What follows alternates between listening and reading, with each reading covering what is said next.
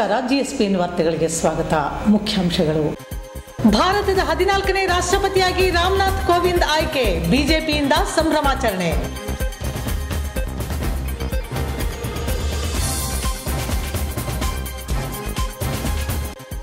ಬ್ಯಾಂಕ್ನಲ್ಲಿ ಕನ್ನಡಕ್ಕೆ ಆದ್ಯತೆ ನೀಡುವಂತೆ ಒತ್ತಾಯ.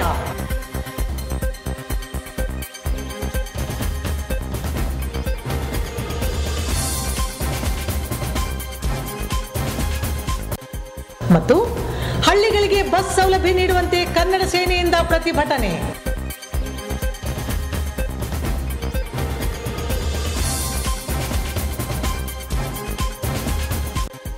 ವಾರ್ತೆಗಳ ವಿವರ. ಭವ್ಯ ಭಾರತದ 14ನೇ ರಾಷ್ಟ್ರಪತಿಯಾಗಿ ರಾಮನಾಥ್ ಕೋವಿಂದ್ ಅವರು ಆಯ್ಕೆಯಾಗಿದ್ದರ ಹಿನ್ನೆಲೆಯಲ್ಲಿ ನಗರದ ಗಾಂಧಿ ವೃತ್ತದಲ್ಲಿ ಬಿಜೆಪಿ ಮುಖಂಡರು, ಕಾರ್ಯಕರ್ತರು ವಿಜಯೋತ್ಸವವನ್ನು ಆಚರಿಸಿದರು.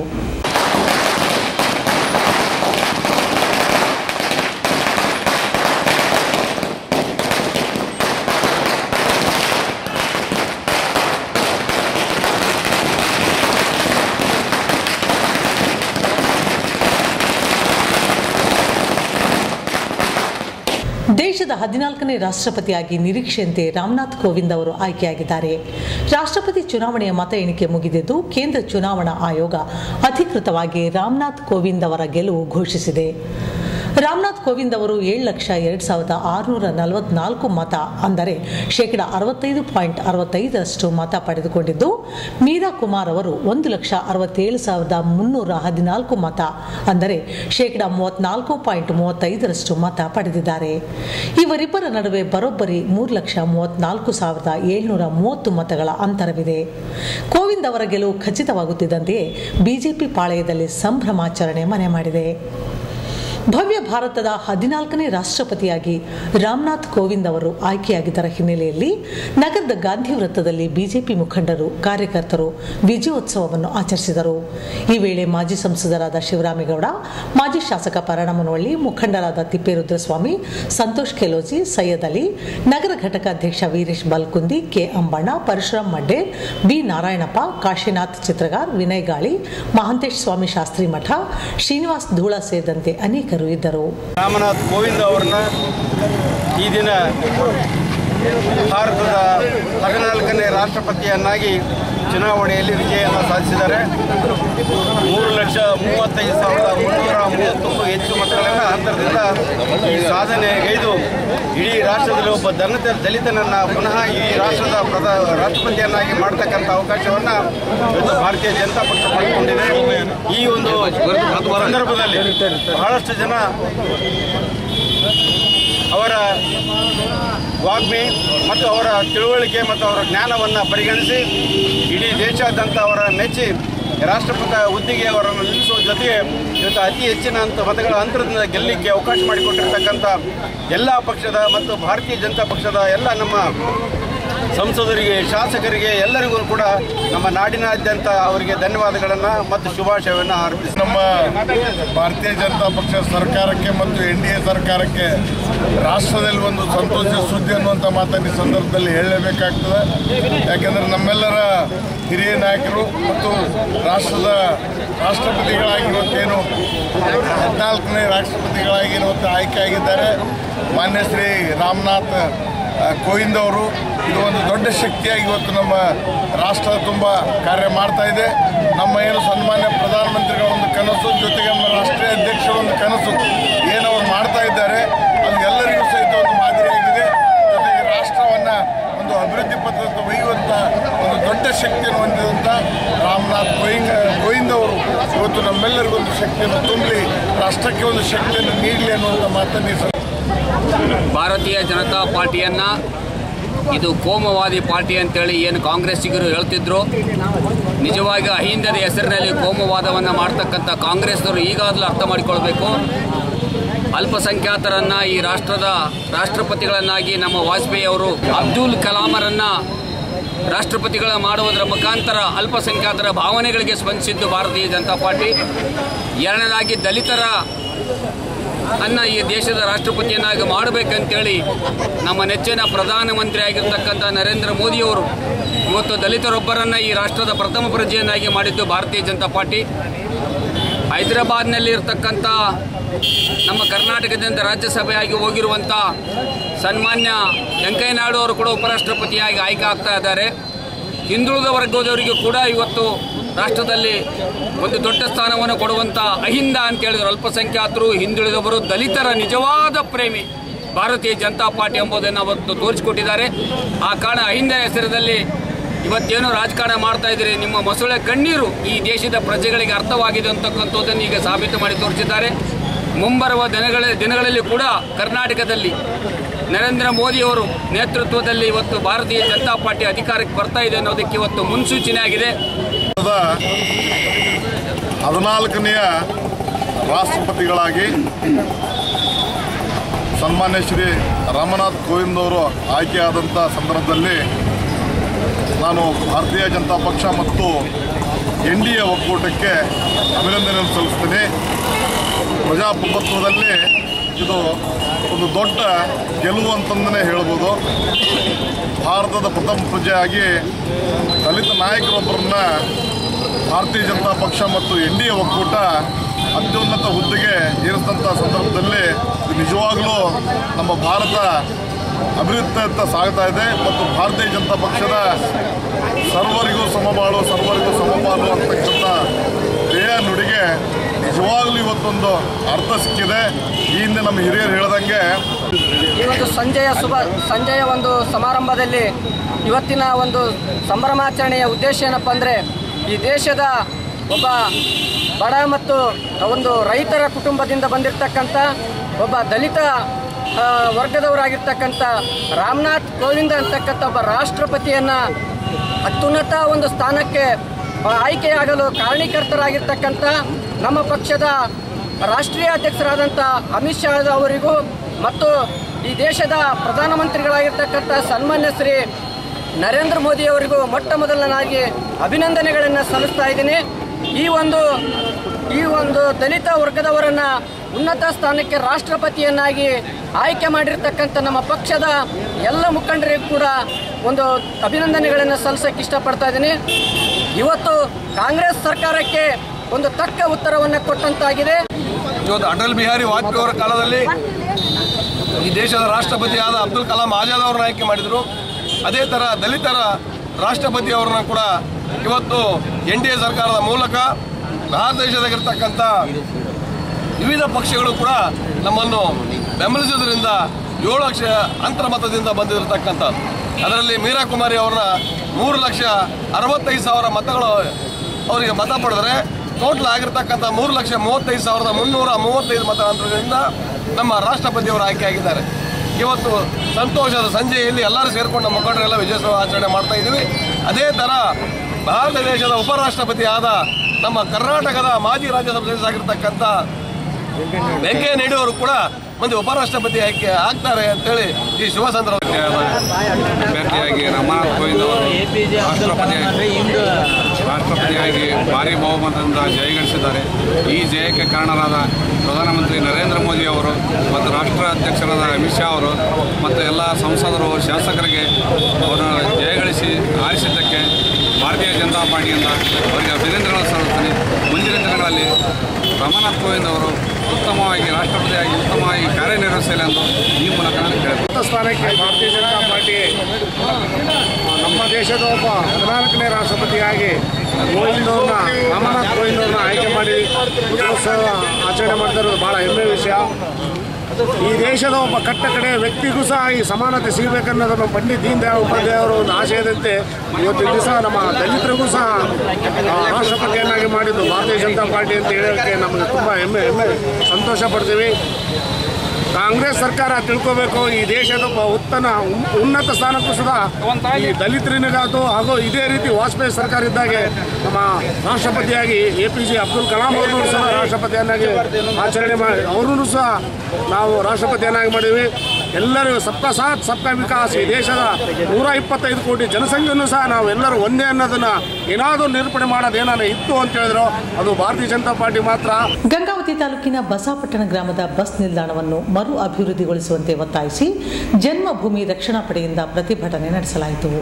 ಗಂಗಾವತಿ ತಾಲೂಕಿನ ಬಸಾಪಟ್ಟಣ ಗ್ರಾಮದಲ್ಲಿ ರಾಜ್ಯ ಹೆದ್ದಾರಿಯಲ್ಲಿಯೇ ಬಸ್ ನಿಲ್ದಾಣವನ್ನು ನಿರ್ಮಿಸಿದ್ದು, ಆದರೆ ಬಸ್ ನಿಲ್ದಾಣವನ್ನು ಸರಿಯಾದ ರೀತಿಯಲ್ಲಿ ಉಪಯೋಗಿಸುತ್ತಿಲ್ಲ. ಇದರಿಂದ ಬಸ್ ನಿಲ್ದಾಣದ ಜಾಗೆಯಲ್ಲಿ ಸಾರ್ವಜನಿಕರು ಮಲಮೂತ್ರ ವಿಸರ್ಜನೆ ಮಾಡಿ ಕಸ ಕಡ್ಡಿಗಳನ್ನು ಹಾಕಿ ಹೊಲಸು ಮಾಡುತ್ತಿದ್ದಾರೆ ಹಾಗೂ ಜಾಲಿ ಗಿಡಗಳು ಕೂಡ ಬೆಳೆದು ನಿಂತಿವೆ. ಇದರಿಂದ ಬಸಾಪಟ್ಟಣ ಗ್ರಾಮದಲ್ಲಿ ಬಸ್ ನಿಲ್ದಾಣ ಇದ್ದರೂ ಇಲ್ಲದಂತಾಗಿದೆ.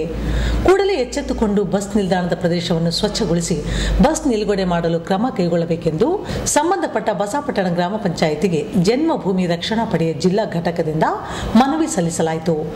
ಈ ಸಂದರ್ಭದಲ್ಲಿ ಜನ್ಮಭೂಮಿ ರಕ್ಷಣಾ ಪಡೆಯ ಜಿಲ್ಲಾಧ್ಯಕ್ಷರಾದ ಗುರುಸಿದ್ದಪ್ಪ ಭೋವಿ ಮಾತನಾಡಿ, ಕೂಡಲೇ ಈ ವಿಷಯವನ್ನು ಗಂಭೀರವಾಗಿ ಪರಿಗಣಿಸಿ ಸಂಬಂಧಪಟ್ಟ ಅಧಿಕಾರಿಗಳು ಬಸಾಪಟ್ಟಣ ಗ್ರಾಮದ ಬಸ್ ನಿಲ್ದಾಣವನ್ನು ಸ್ವಚ್ಛಗೊಳಿಸಿ ಸಾರ್ವಜನಿಕರ ಹಾಗೂ ಕೆಎಸ್ಆರ್ಟಿಸಿ ಬಸ್ ಸಂಚಾರಕ್ಕೆ ಅನುಕೂಲ ಮಾಡಿಕೊಡಬೇಕೆಂದು ತಿಳಿಸಿದರು. ಇಲ್ಲದಿದ್ದರೆ ಸಾರ್ವಜನಿಕರ ಜೊತೆಗೂಡಿ ಸಂಬಂಧಪಟ್ಟ ಅಧಿಕಾರಿಗಳ ವಿರುದ್ಧ ಉಗ್ರವಾದ ಹೋರಾಟ ಮಾಡಲಾಗುವುದು ಎಂದರು. ಈ ಸಂದರ್ಭದಲ್ಲಿ ಜಿಲ್ಲಾ ಕಾರ್ಯದರ್ಶಿಯಾದ ಉಪ್ಪಾರ್ ಜಯರಾಮ್, ತಾಲೂಕಾ ಉಪಾಧ್ಯಕ್ಷ ಆನಂದ್ ಲಂಕಿ, ತಾಲೂಕಾ ಪ್ರಧಾನ ಕಾರ್ಯದರ್ಶಿ ಸಿದ್ದು ನಾಯಕ್, ಬಸಾಪಟ್ಟಣ ಗ್ರಾಮಸ್ಥರಾದ ಶಿವಪ್ಪ ಸೂಡಿ, ಶಂಕರಪ್ಪ, ಮೊಹಮ್ಮದ್ ಗೌಸ್, ನಾಗನಗೌಡ, ರಮೇಶ್, ಪರಶುರಾಮ್, ಹನುಮಂತಗೌಡ ಇನ್ನಿತರ ವ್ಯಾಪಾರಸ್ಥರು ಉಪಸ್ಥಿತರಿದ್ದರು. ದೇಶದಲ್ಲಿ ಸ್ವಚ್ಛ ಭಾರತ ಅನ್ನೋ ಒಂದು ಅಭಿಯಾನ ಇದ್ದರೂ ಕೂಡ ಇವತ್ತು ಬಸಾಪಟ್ಟಣ ಪಂಚಾಯಿತಿಯ ಒಂದು ಬಸ್ ನಿಲ್ದಾಣದಲ್ಲಿ ಇವತ್ತೇನಾಗಿದೆ ಅಂದರೆ ಕಸವನ್ನು ಸಾರ್ವಜನಿಕರು ಕೂಡ ಇಲ್ಲೇ ಹಾಕ್ತಾ ಇದ್ದಾರೆ. ಇಲ್ಲಿರ್ತಕ್ಕಂಥ ಪಂಚಾಯಿತಿಯರು ಕೂಡ 15 ವರ್ಷಗಳಾದರೂ ಕೂಡ ಈ ಬಸಾಪಟ್ಟಣದ ಬಸ್ ನಿಲ್ದಾಣವನ್ನು ಅಭಿವೃದ್ಧಿಪಡಿಸದೆ ಇಲ್ಲಿರ್ತಕ್ಕಂಥ ಅಧಿಕಾರಿಗಳು ಮತ್ತು ಸದಸ್ಯರುಗಳು ಮತ್ತು ಇಲ್ಲಿರ್ತಕ್ಕಂಥ ಎಮ್ ಎಲ್ ಎವರು ಕೂಡ ಇದು ಗಮನಕ್ಕೆ ಬಾರದೇ ಇರೋದು ನಮ್ಮ ಒಂದು ದುಸ್ಥಿತಿ ಅನ್ನಿಸುತ್ತೆ. ಮುಂದಿನ ದಿನಗಳಲ್ಲಿ ನಾವು ನಮ್ಮ ಜನ್ಮಭೂಮಿ ರಕ್ಷಣಾ ಪಡೆ ವತಿಯಿಂದ ಒಂದು ಉಗ್ರವಾದವನ್ನು ಹೋರಾಟ ಮಾಡ್ತೀವಿ. ಪಂಚಾಯತಿ ಅಧಿಕಾರಿಗಳು ಏನಂತಾರೆ, KSRTC ಅವ್ರಿಗೆ ಬರುತ್ತೆ, ಇದು ಗಂಗಾವತಿ ಡಿಪೋಗೆ ಬರುತ್ತೆ, ಗಂಗಾವತಿ ಡಿಪೋದವ್ರು ಮಾಡ್ಬೇಕು ಸರ್ ಅಂತ ಅವ್ರು ಹೇಳ್ತಾ ಇದ್ದಾರೆ. ಆ ಒಂದು KSRTC ಇಲಾಖೆಯಲ್ಲಿ ಅಧಿಕಾರಿಗಳು ಕೇಳಿದರೆ ಅವರು ಕೂಡ ಇಲ್ಲ ರೀ, ಅದು ಪಂಚಾಯತಿ ವ್ಯಾಪ್ತಿಯಲ್ಲಿ ಬರುತ್ತೆ, ಪಂಚಾಯತಿಯವರು ನಾವು ಎಲ್ಲ ಸ್ವಚ್ಛತೆ ಮಾಡಿಸ್ಕೊಟ್ರೆ ನಾವು ಬಸ್ಸಿನ ವ್ಯವಸ್ಥೆ ಮಾಡ್ತೀವಿ ಅಂತೇಳಿ ಈ ಮುಂಚೆ ಹೇಳಿದ್ರು ನಮಗೆ. ಆ ಉದ್ದೇಶದಿಂದ ಈ ಒಂದು ಪಂಚಾಯತಿಗೆ ಒಂದು ಮನವಿಯನ್ನು ನೀಡ್ತಾ ಇದ್ದೀವಿ. ಆ ಮನವಿಯನ್ನು ಅವರು ತೊಗೊಂಡು ಒಂದು ವಾರದಲ್ಲಿ ಅವ್ರಿಗೆ ಗಡುವು ಕೊಡ್ತಾ ಇದ್ದೀವಿ. ಒಂದು ವಾರದಲ್ಲಿ ಸ್ವಚ್ಛಗೊಳಿಸಿ ಒಂದು ಪಂಚಾಯಿತಿ ಮತ್ತು ನಮ್ಮ KSRTC ಗಂಗಾವತಿ ಡಿಪೋದವ್ರ ಮ್ಯಾನೇಜರ್ ಸೇರಿ ಈ ಒಂದು ಇಲ್ಲಿ ಬಸ್ಸಿನ ಅನುಕೂಲ ಮಾಡಿಕೊಡ್ಬೇಕಂತೇಳಿ ಈ ಸಂದರ್ಭದಲ್ಲಿ ಜನ್ಮಭೂಮಿ ರಕ್ಷಣಾ ಪಡೆ ಒತ್ತಾಯ ಮಾಡಿ. ಬಸಾಪಟ್ಟಣ ಗ್ರಾಮದಲ್ಲಿ ಬಸ್ ಸ್ಟ್ಯಾಂಡ್ ಮಾಡಿ 15 ವರ್ಷಗಳಾದರೂ ಇದುವರೆಗೆ ಆದರೂ ಸ್ವಚ್ಛವಾದ ಯಾವತ್ತೂ ಇಲ್ಲ. ಕೊಳಚೆ ನಿರ್ಮೂಲನೆ ಆದಂಗೆ ಕೊಳಚೆ ಇದೆ, ಪೇಪರ್ ತಂದು ಪ್ಲಾಸ್ಟಿಕ್ ತಂದು ಎಲ್ಲ ಇಲ್ಲೇ ತಂದು ಹಾಕ್ತಾರೆ. ಸಾರ್ವಜನಿಕರಿಗೆ ತೊಂದರೆ ಆಗ್ತಾಯಿದೆ. ಸ್ತ್ರೀಯರಿಗೆ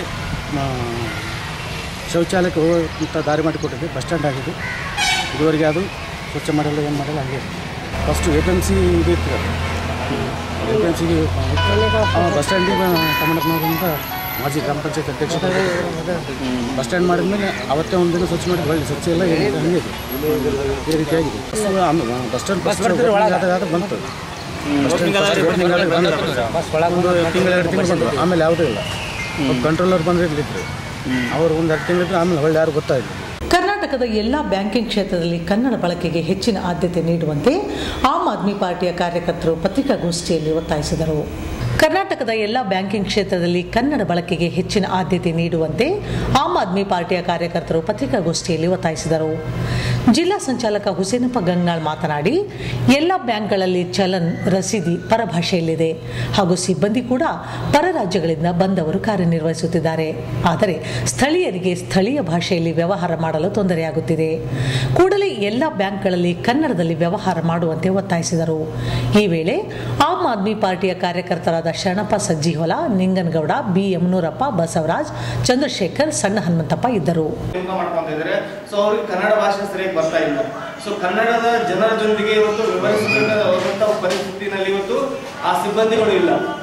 ಸೊ ಈ ಕಾರಣಕ್ಕಾಗಿ ಅಲ್ಲಿ ಫಾರ್ಮ್ಗಳು ಕನ್ನಡದಲ್ಲಿ ಇಲ್ಲ ಅನ್ನೋದು ಒಂದು ಸಮಸ್ಯೆ. ಆದರೆ ಅಲ್ಲಿ ಇರುವಂತಹ ಸಿಬ್ಬಂದಿಗಳಿಗೆ ಸರಿಯಾದ ರೀತಿಯ ಕನ್ನಡ ಇವತ್ತು ಭಾಷೆ ಬರ್ತಾ ಇಲ್ಲ. ಸೊ ಇದರಿಂದ ಏನಾಗಿದ್ರೆ ಸಾಮಾನ್ಯ ಜನರಿಗೆ ಮತ್ತು ಕನ್ನಡ ಬರುವಂಥ ಜನರಿಗೆ ಅದರಿಂದ ದೊಡ್ಡ ಸಮಸ್ಯೆ ಆಗಿದೆ.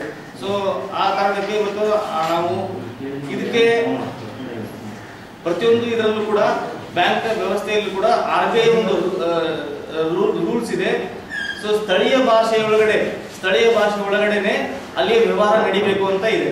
ಸೊ ಆದ್ರೆ ಈ ನಿಯಮವನ್ನು ಇವತ್ತು ಯಾವುದೇ ಬ್ಯಾಂಕ್ಗಳು ಇವತ್ತು ಪಾಲನೆ ಮಾಡ್ತಾ ಇಲ್ಲ. ಆ ಕಾರಣಕ್ಕೋಸ್ಕರ ಇವತ್ತು ಆಮ್ ಆದ್ಮಿ ಪಕ್ಷ ಇವತ್ತು ರಾಜ್ಯಾದ್ಯಂತ ಪ್ರತಿ ಜಿಲ್ಲೆನಲ್ಲೂ ಕೂಡ ನಾವು ಅಲ್ಲಲ್ಲಿ ಇರುವಂತ ಸ್ಥಳೀಯ ಬ್ಯಾಂಕ್ಗಳಿಗೆ ಹೋಗಿ ಇವತ್ತು ಮ್ಯಾನೇಜರ್ಗಳಿಗೆ ಮನವಿ ಕೊಡುವ ಮೂಲಕ ಮತ್ತು ಪ್ರೆಸ್ ಮೀಟ್ ಮಾಡಿ ಇದನ್ನು ಒತ್ತಾಯ ಈ ಕನ್ನಡ ಬಳಕೆಯನ್ನು ಜಾರಿಗೆ ತರಬೇಕು ಅಂತ ಒತ್ತಾಯ ಮಾಡಿ ಇವತ್ತು ನಾವು ಪ್ರತಿಯೊಂದು ಜಿಲ್ಲೆನಲ್ಲಿ ಇವತ್ತು ಈ ಒಂದು ಹೋರಾಟವನ್ನು ಹಮ್ಮಿಕೊಂಡಿದ್ದೀವಿ. ಮತ್ತು ಇದ್ರ ಜೊತೆಗೆ ನಾವೀಗ ಪ್ರತಿ ಬ್ಯಾಂಕ್ಗಳಿಗೆ ನಾವು ವಿಸಿಟ್ ಮಾಡಿ ಅಲ್ಲಿರೋ ಫಾರ್ಮ್ಗಳನ್ನು ಕಲೆಕ್ಟ್ ಮಾಡಿ ಮತ್ತು ಮ್ಯಾನೇಜರ್ಗೆ ಪ್ರತಿಯೊಬ್ಬ ಮ್ಯಾನೇಜರ್ಗೂ ಇವತ್ತು ಪ್ರತಿ ಬ್ಯಾಂಕಿನ ಮ್ಯಾನೇಜರ್ಗೂ ಇವತ್ತು ನಾವು ಒಂದು ಮನವಿಯನ್ನು ಕೊಟ್ಟು ಅವರು ಏನು ಬ್ಯಾಂಕಿನ ಫಾರ್ಮ್ಗಳಿವೆ ಆ ಫಾರ್ಮ್ಗಳಲ್ಲಿ ಕನ್ನಡ ಕೂಡ ಇರಬೇಕು, ಹಿಂದಿ ಮತ್ತು ಇಂಗ್ಲಿಷ್ ಜೊತೆಗೆ ಕನ್ನಡ ಕೂಡ ಇರಬೇಕು ಅಂತ ಹೇಳಿ ಅದನ್ನು ಒತ್ತಾಯ ಮಾಡ್ತಾ ಇದ್ದೀವಿ. ಮತ್ತು ಅಲ್ಲಿ ಬರುವಂತ ಗ್ರಾಹಕರು ಏನು ಬ್ಯಾಂಕಿಗೆ ಬರ್ತಾರೆ ಗ್ರಾಹಕರ ಒಂದು ಸಹಿ ಸಂಗ್ರಹ ಅಭಿಯಾನವನ್ನು ಕೂಡ ಇವತ್ತು ನಾವು ಮಾಡ್ತಾ ಇದ್ದೀವಿ. ಸೊ ಆ ಸಹಿಯ ಸಂಗ್ರಹವನ್ನು ನಾವು ಇಡೀ ರಾಜ್ಯಾದ್ಯಂತ ಒಂದು ಸಹಿ ಸಂಗ್ರಹ ಮಾಡಿಕೊಂಡು ಅದನ್ನ RBIಗೆ ಕಳಿಸುವಂತ ಕೆಲಸ ಇವತ್ತು ಆಮ್ ಆದ್ಮಿ ಪಕ್ಷ ಇಡೀ ರಾಜ್ಯಾದ್ಯಂತ ಮಾಡ್ತಾ ಇದ್ದೀವಿ. ಹಳ್ಳಿಗರೆಲ್ಲರೂ ಬ್ಯಾಂಕ್ ಹತ್ರ ಬರ್ತಾ ಇದ್ದಾರೆ ಈಗ. ಬಟ್ ಎಲ್ಲರೂ ಬಂದು ಏನಾಗಿದ್ದಾರೆ ಫಾರ್ಮ್ ಮಾಡ್ಕೊಂಡು ಬೇರೆ ಕಡೆ ಅಲೆದಾಡಬೇಕಾಗುತ್ತೆ. ನೀವು ತುಂಬ್ರಿ ಅಂತೇಳಿ, ಇಲ್ಲ ಡಿಪಾಸಿಟ್ ಫಾರ್ಮು, ವಿತ್ಡ್ರಾವಲ್ ಫಾರ್ಮು, ನೀವು ತುಂಬ್ರಿ ಹೇಳ್ಬೇಕಾಗ್ತದೆ. ಅದೇ ಕನ್ನಡದಿಂದ ಬರೋಕ್ಕಾಗ್ತದೆ, ಅವ್ರಿಗೆ ತುಂಬ ಸರಳ ಆಗಿಬಿಡ್ತದೆ. ಸೊ RBI ರೂಲ್ ಕೂಡ ಕೊಟ್ಟಿದ್ದಾರೆ. ಏನು ಕೊಟ್ಟಿದ್ದಾರೆ, ಸ್ಥಳೀಯ ಭಾಷೆಯಲ್ಲಿ ಬ್ಯಾಂಕ್ ಆಡಳಿತ ಭಾಷೆ ಇದು ವ್ಯವಹಾರ ನಡೀಲಿ ಅಂತೇಳಿ.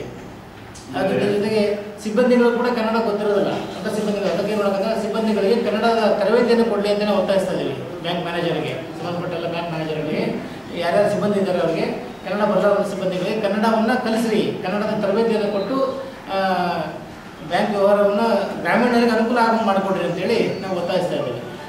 ಮೊದಲೇ ಮೆಟ್ಲಾಗಿ ಈ ರೀತಿ ಕೆಲಸವನ್ನು ನಾವು ಮೊದಲು ಬ್ಯಾಂಕ್ಗಳನ್ನು ಮಾತ್ರ ತಗೊಂಡಿದ್ದೀವಿ.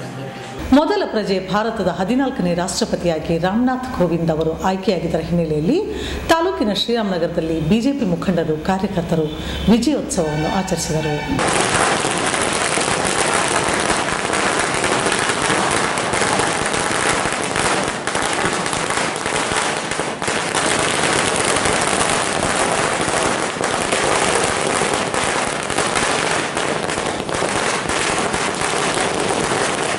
ಭಾರತ ದೇಶದ 14ನೇ ರಾಷ್ಟ್ರಪತಿಯಾಗಿ ರಾಮನಾಥ್ ಕೋವಿಂದ್ ಆಯ್ಕೆಯಾಗಿದ್ದಾರೆ. ಎನ್ಡಿಎ ಅಭ್ಯರ್ಥಿಯಾಗಿದ್ದ ರಾಮನಾಥ್ ಕೋವಿಂದ್ ಅವರು ರಾಷ್ಟ್ರಪತಿಯಾಗಿ ಆಯ್ಕೆಯಾಗುತ್ತಿದ್ದಂತೆಯೇ ಗಂಗಾವತಿ ತಾಲೂಕಿನ ಭತ್ತದ ನಾಡು ಶ್ರೀರಾಮನಗರದಲ್ಲಿ ಬಿಜೆಪಿ ಕಾರ್ಯಕರ್ತರು ಪಟಾಕಿ ಸಿಡಿಸಿ ಸಂಭ್ರಮಾಚರಣೆ ಮಾಡಿದರು. ಎಪಿಎಂಸಿ ಅಧ್ಯಕ್ಷರಾದ ಚಿಟ್ಟೂರಿ ದುರ್ಗಾರಾವ್, ಬಿಜೆಪಿ ರಾಜ್ಯ ಮುಖಂಡರಾದ ಅನ್ನೆ ಚಂದ್ರಶೇಖರ್ ಬಾಪಾರಾವ್, ಗ್ರಾಮ ಪಂಚಾಯಿತಿ ಅಧ್ಯಕ್ಷರಾದ ಕೆ ಶ್ರೀನಿವಾಸ್, ಕನಕಗಿರಿ ಬಿಜೆಪಿ ಹಿರಿಯ ಮುಖಂಡರಾದ ಕೆ ಸತ್ಯನಾರಾಯಣ, ಪ್ರಮುಖರಾದ KV Ramarao, K Satish, P Rajesh, Hanumanthappa Bhovi, Parashuram Bhovi, Ramesh ಹಾಗೂ ಸುಬ್ಬರಾವ್ ಅವರುಗಳು ಸಂಭ್ರಮಾಚರಣೆಯಲ್ಲಿ ಪಾಲ್ಗೊಂಡಿದ್ದರು. ಆಯ್ಕೆಯಾಗಿದ್ದಾರೆ. ಆ ಒಂದು ವಿಚಾರದಲ್ಲಿ ನಾವು ಇವತ್ತು ಎಲ್ಲ ಬಿಜೆಪಿ ಕಾರ್ಯಕರ್ತರು, ಹಿರಿಯರು ಎಲ್ಲರೂ ಕಲಿತು ಶ್ರೀರಾಮನಗರದ ಕಾರ್ಯಾಲಯದಲ್ಲಿ ನಾವು ಸಂಭ್ರಮಾಚರಣೆ ಮಾಡ್ತಾ ಇದ್ದೀವಿ. 100 ಜನ ಕಾರ್ಯಕರ್ತರು ಸೇರಿದ್ದಾರೆ. ರಾಮನಾಥ್ ಕೋವಿಂದ್ ಅವರು ಆ ಒಂದು ಸ್ಥಾನಕ್ಕೆ ಅಪ್ರಾಪ್ರಿಯೇಟ್, ಅಗ್ದಿ ಕರೆಕ್ಟ್ ಆದಂಥ ಮನುಷ್ಯ ಅಂತ ನಾವೆಲ್ಲರೂ ಭಾವಿಸ್ತಿದ್ದೇವೆ. ಈ ರಾಷ್ಟ್ರದ ಅಭಿವೃದ್ಧಿಯಲ್ಲಿ, ಈ ರಾಷ್ಟ್ರದ ಏಳಿಗೆಗೆ, ಈ ರಾಷ್ಟ್ರವನ್ನು ಪ್ರಪಂಚದಲ್ಲಿ ಮೊದಲನೇ ರಾಷ್ಟ್ರವಾಗಿ ಮಾಡಲಿಕ್ಕೆ ಅವರು ಸಹಿತ ಹೆಚ್ಚಿನ ಒಂದು ಕೆಲಸವನ್ನು ಮಾಡ್ತಾರಂತ ನಾವೆಲ್ಲ ನಂಬಿದ್ದೀವಿ. ಆ ಒಂದು ಮೂಲಕ ಒಬ್ಬ ತುಳಿತಕ್ಕೆ ಒಳಗಾದಂಥ ವ್ಯಕ್ತಿಯನ್ನು ಈ ದೊಡ್ಡ ಮಟ್ಟಕ್ಕೆ ತಂದಂಥ ನಮ್ಮ ಪ್ರಧಾನಮಂತ್ರಿಯವ್ರನ್ನ ಮತ್ತು NDA ಎಲ್ಲ ಮಿತ್ರ ಪಕ್ಷಗಳನ್ನು ನಾವು ಈ ಒಂದು ಸಂಭ್ರಮಾಚರಣೆ ಸಮಯದಲ್ಲಿ ಅವರಿಗೆಲ್ಲರಿಗೂ ನಾವು ಆರ್ಥಿಕ ಶುಭಾಶಯಗಳನ್ನು ಹೇಳ್ತೇವೆ. ದೇಶದ ಇದೇ ಅಭಿವೃದ್ಧಿ ಆಗಬೇಕು, ಸಬ್ಕಾ ವಿಕಾಸ್ ಸಬ್ಕಾ ಸಾಥ್ ಅನ್ನೋದಂಥದ್ದನ್ನು ನಾವೆಲ್ಲರೂ ಮಾಡಿ ತೋರಿಸ್ಬೇಕಾದಂಥ ನಿಟ್ಟಿನಲ್ಲಿ ಇದು ಮೊದಲನೇ ಹೆಜ್ಜೆ, ದೊಡ್ಡ ಹೆಜ್ಜೆ ಆಗಿದೆ. ಇದನ್ನು ಮುಂದುವರಿಸಿಕೊಂಡು ಎಲ್ಲ ಜನಾಂಗ, ಎಲ್ಲ ದೇಶಭಕ್ತರನ್ನು ನಾವು ಸೆಲ್ಸ್ಕೊಂಡು ಈ ಒಂದು ಕಾರ್ಯಕ್ರಮದಲ್ಲಿ ಭಾಗವಹಿಸ್ತಾ ಇದ್ದೀವಿ. ರಾಮನಾಥ್ ಕೋವಿಂದ್ ಅವರು ಆಗಿದ್ದಾಗ ನಮ್ಮ ಶ್ರೀರಾಮನಗರದಲ್ಲಿ ಸಂಭ್ರಮಾಚರಣೆ ಮಾಡಾಕತ್ತೀವಿ. BJP ಪಕ್ಷ ಯಾವುದು ಜಾತಿ ಮತ ಭೇದವಿಲ್ಲದೆ ಎಲ್ಲರೂ ಒಂದೇ ಕುಟುಂಬದ ಮಾಡಬೇಕಂತ ಇಲ್ಲಿ ಉದ್ದೇಶ ಇಲ್ಲ. ನಮ್ಮ ಮೋದಿಯವರು, ಅಮಿತ್ ಶಾ ಅವರು ಇಡೀ ದೇಶದೆಲ್ಲ ಎಲ್ಲರೂ ರಾಮನಾಥ್ ಕೋವಿಂದ್ ಅವ್ರಿಗೆ ಓಟ್ ಹಾಕಿ ಎಲ್ಲ ಮಿತ್ರ ಪಕ್ಷದವರು ಕೂಡ ನಮ್ಗೆ ಸಪೋರ್ಟ್ ಮಾಡಿದ್ದಾರೆ. ಅಂದರೆ ನಮ್ಮ ಮೋದಿಯವರು ಎಷ್ಟು ಚೆನ್ನಾಗಿ ಮಾಡಿ ನಮ್ಮ ದೇಶನ ಮುಂದೆ ಕರ್ಕೊಂಡು ಹೋಗ್ತಾರೆ. ಆ ಥರ ಯಾವುದಿಂದ ತಿಳಿದವ್ರಿಗೆ ನೋಡಲಾರ್ದ ಒಂದೊಂದು ಒಬ್ಬೊಬ್ರಿಗೊಂದು ಸ್ಥಾನಮಾನ BJP ಕಾರ್ಯಕರ್ತರಿಗೆ ತಳಮಟ್ಟಲಿದ್ದವ್ರನ್ನ ಕೂಡ ಮ್ಯಾಕ್ ತಂದು ಮಾಡೋಕತ್ತದ. ಈ ಥರ ಮುಂದೆ ಕೂಡ ನಮ್ಮ ಕರ್ನಾಟಕದಲ್ಲಿ ನಮ್ಮ BJP ವಿಜಯೋತ್ಸವ ಮಾಡ್ತಂತ 2018ರಲ್ಲಿ ನಮ್ಮ BJP ಪಕ್ಷ ಗೆಲ್ಲಬೇಕು. ಗಂಗಾವತಿ ತಾಲೂಕಿನ ಚಿಕ್ಕಜಂತಕಲ್ ವ್ಯಾಪ್ತಿಯ ಪ್ರದೇಶದಲ್ಲಿ ಕಾಲೇಜು ವಿದ್ಯಾರ್ಥಿಗಳಿಗೆ ಬೆಳಿಗ್ಗೆ ಸರಿಯಾದ ಸಮಯಕ್ಕೆ ಬಸ್ ಸೌಲಭ್ಯ ನೀಡುವಂತೆ ಒತ್ತಾಯಿಸಿ ಕನ್ನಡ ಸೇನೆಯಿಂದ ನಗರದ ಬಸ್ ಡಿಪೋ ಮುಂದೆ ಪ್ರತಿಭಟನೆ ನಡೆಸಲಾಯಿತು.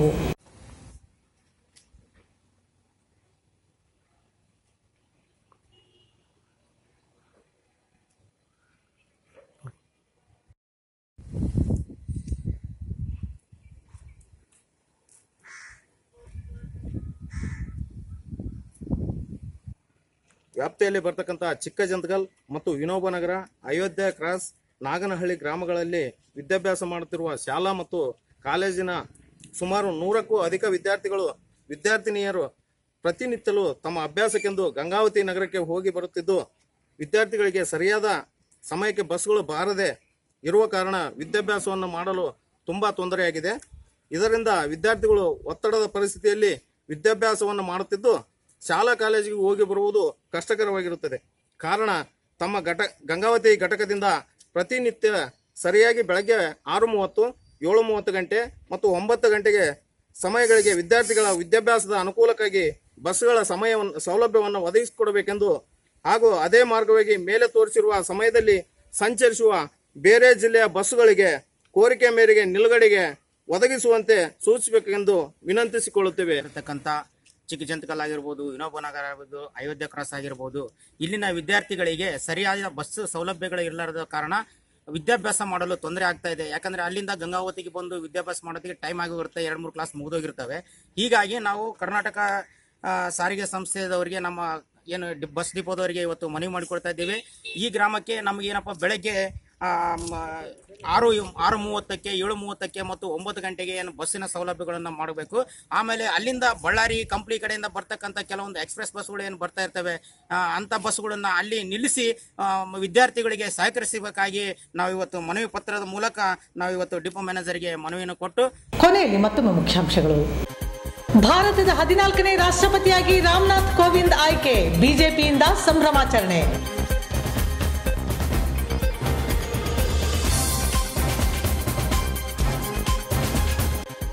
ಬ್ಯಾಂಕ್ನಲ್ಲಿ ಕನ್ನಡಕ್ಕೆ ಆದ್ಯತೆ ನೀಡುವಂತೆ ಒತ್ತಾಯ.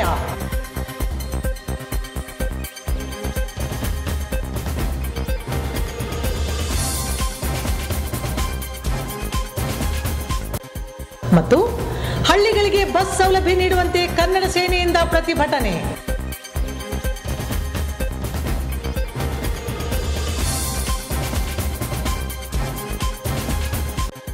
ಮುಂದಿನ GSPN ವಾರ್ತಾ ಸಂಚಿಕೆಯೊಂದಿಗೆ ಮತ್ತೆ ಭೇಟಿಯಾಗೋಣ.